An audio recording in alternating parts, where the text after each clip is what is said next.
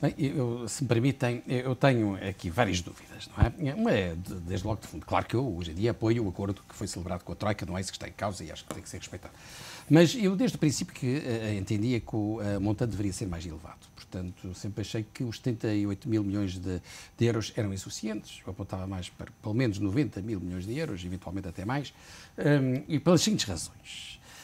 Primeiro, por causa do problema da banca. Portanto, mas isto é outro problema de que poderemos falar, isto é, da recapitalização da banca. Eu acho que vai ser um problema importante e a ideia, e que essa recapitalização passava por garantias a serem prestadas, de facto, pelo Estado e pela injeção de dinheiro que viesse a ser obtido por via dessas garantias que deviam ser incluídas, portanto, no montante a negociar com a Troika. Bem, e isso deveria ser maior, a almofada deveria ser maior do que aquela que foi acordada.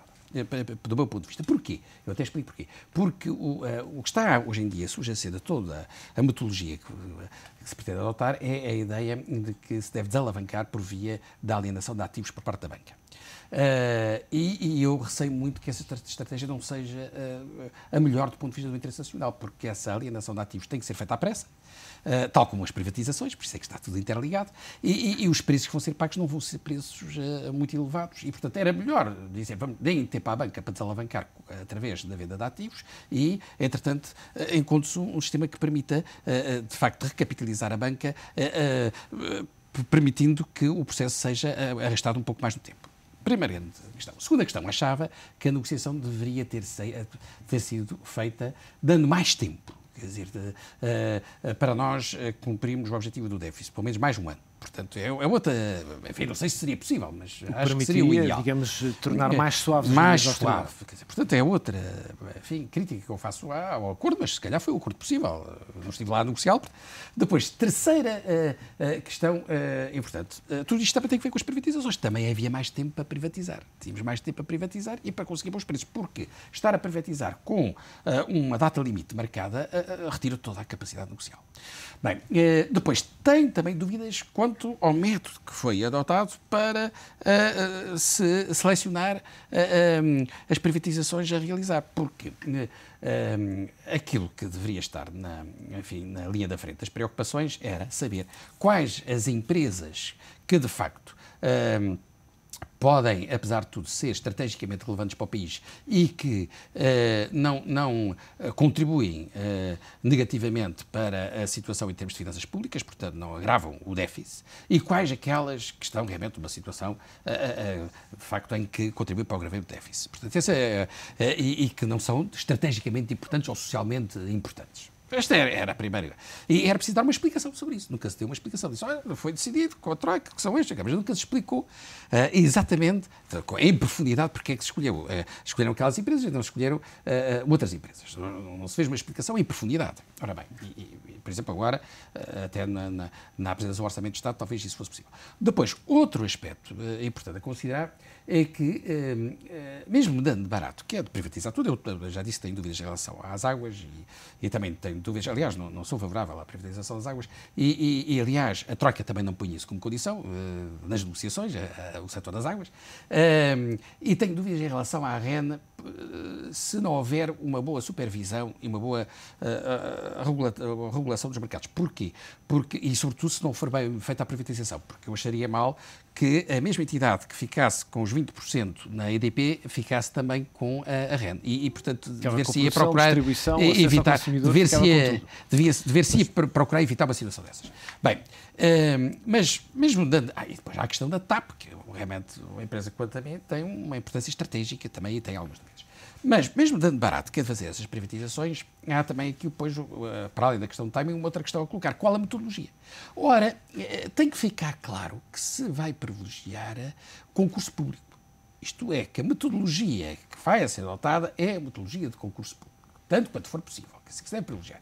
Portanto, em que haja transparência, digamos, nesses concursos públicos. Tem que ter cuidado, pode ser que o concurso tem que ter cuidado é com os cadernos de encargos. Tem que ter cuidado com os cadernos de encargos. Para salvaguardar a tal transparência, evidentemente. E o papel estratégico. E o interesse estratégico do país. Portanto, dos cadernos de encargos tem que se ter em conta realmente o interesse estratégico do país. António Rebelo de Sousa, por exemplo, relativamente a um caso como a TAP, podemos olhar para outros, a EDP, mas o facto de termos um caderno de encargos, eventualmente o preço será um fator importante e haver um concurso público. O facto da TAP ficar nas mãos da Iberia / British Airways ou ficar nas mãos de brasileiros ou nas mãos de outros países, de outro país qualquer, é diferente. É muito diferente. Eu acho que para nós seria muito mal. O preço não é a única questão. Eventualmente, se a Iberia ficar com a TAP, se calhar uma plataforma de acesso aqui... Por isso é que o caderno de encargos passa o preço aí teria um valor negativo. Exatamente. Portanto, para a economia portuguesa, em termos de médio e longo prazo, o critério não deve ser pelo preço, é também pelos interesses estratégicos do país. A Iberia ou a British Airways eram muito perniciosas para o nosso país, porque desde logo os voos para o Brasil passavam a ser feitos pela Iberia, não é? E mais dia menos dia a partir de Madrid, não é? Como é evidente. E a British Airways também nos ficava com certos voos, mais tarde ou mais cedo, com os voos para Angola, com os voos para Moçambique, certamente, até porque tem voos para a África do Sul. E, portanto, aí perdíamos toda a capacidade de ter alguma influência, alguma projeção em certas regiões do mundo que são para nós muito importantes. O mesmo pode acontecer com a EDP, por exemplo. Com a EDP. Desde logo há um erro do meu ponto de vista, mas, enfim, quem sabe, deve haver com certeza uma estratégia, é que o ideal era não se vender em blocos de 20%. Do ponto de vista do interesse nacional, o ideal era vender pequenos blocos de 5%. Permitiria dividir o poder dos acionistas? Dividir o poder dos acionistas é o que nos interessa. Quer dizer, não é o que interessa aos compradores, mas é o que interessa em termos nacionais. Portanto, aí também não estou a perceber muito bem qual é a estratégia que está a ser gizada. Pode haver, obviamente, o interesse de ter um prémio, uma vez que o bloco é vendido em 20%, evidente. Haver, de facto, um encaixe. Pode haver compradores que deem um prémio tão elevado pelo facto de comprarem os 20% e que isso seja tentador. Também reconheço isso. É que haver tal equilíbrio entre o interesse, entre o valor que se vai arrecadar e o interesse nacional. E o interesse nacional. Se é mais ou menos consensual entre vocês que há empresas de facto muito apetecíveis, a REN, a TAP, a EDP são de facto empresas apetecíveis, há de facto outras empresas muito menos apetecíveis, dão prejuízos, são um encargo para o Orçamento do Estado. O que fazer com essas empresas, José Poças Esteves? Aquelas que estão em carga, então, é mesmo privatizar. Assumir o custo, obviamente, tem que haver algum reequilíbrio. Implicaria, de facto, levar às contas do orçamento desse ano o custo dessas empresas. Sim, mas seria recuperado depois nos anos futuros, porque, enfim, estar a pagar o nível de endividamento que está a pagar, o prejuízo que vai aumentando sistematicamente e, portanto, é uma bola de neve que não tem fim. Eu só espero, quando se fizerem contas a essas empresas que estão numa situação difícil e em que vai ser necessário primeiro sadiá-las para depois as privatizar, que não se venha depois também a dizer que isso foi mais um buraco que veio a surgir, com o qual não se tinha contado para efeitos da negociação com a Troika. Mas olhando para aquilo que é o universo... Para vender algumas dessas empresas é preciso assumir algum custo. É verdade. E, portanto, isso tem que ser feito. Mas é uma questão financeira. Mas é assumir um custo para recuperar mais tarde, não é?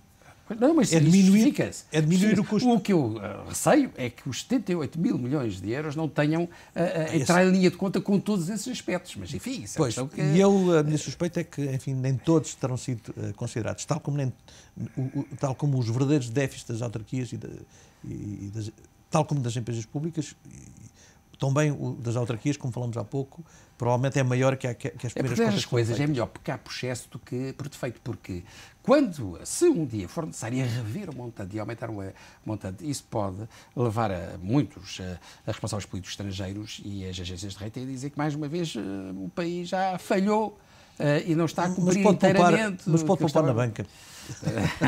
Mas é um aspecto a considerar. Temos que ter em conta todos estes aspectos que são importantes. António Rebelo de Sousa, nos últimos dias, Paulo Portas, mas sobretudo Pedro Passos Coelho, tem-se desmultiplicado em encontros unilaterais com Merkel, também Sarkozy e o próprio José Luís Zapatero, no sentido de promover, Lula da Silva, no sentido de promover as empresas portuguesas que estão a ser privatizadas e no sentido de captar investimento. Tem sido um verdadeiro roadshow.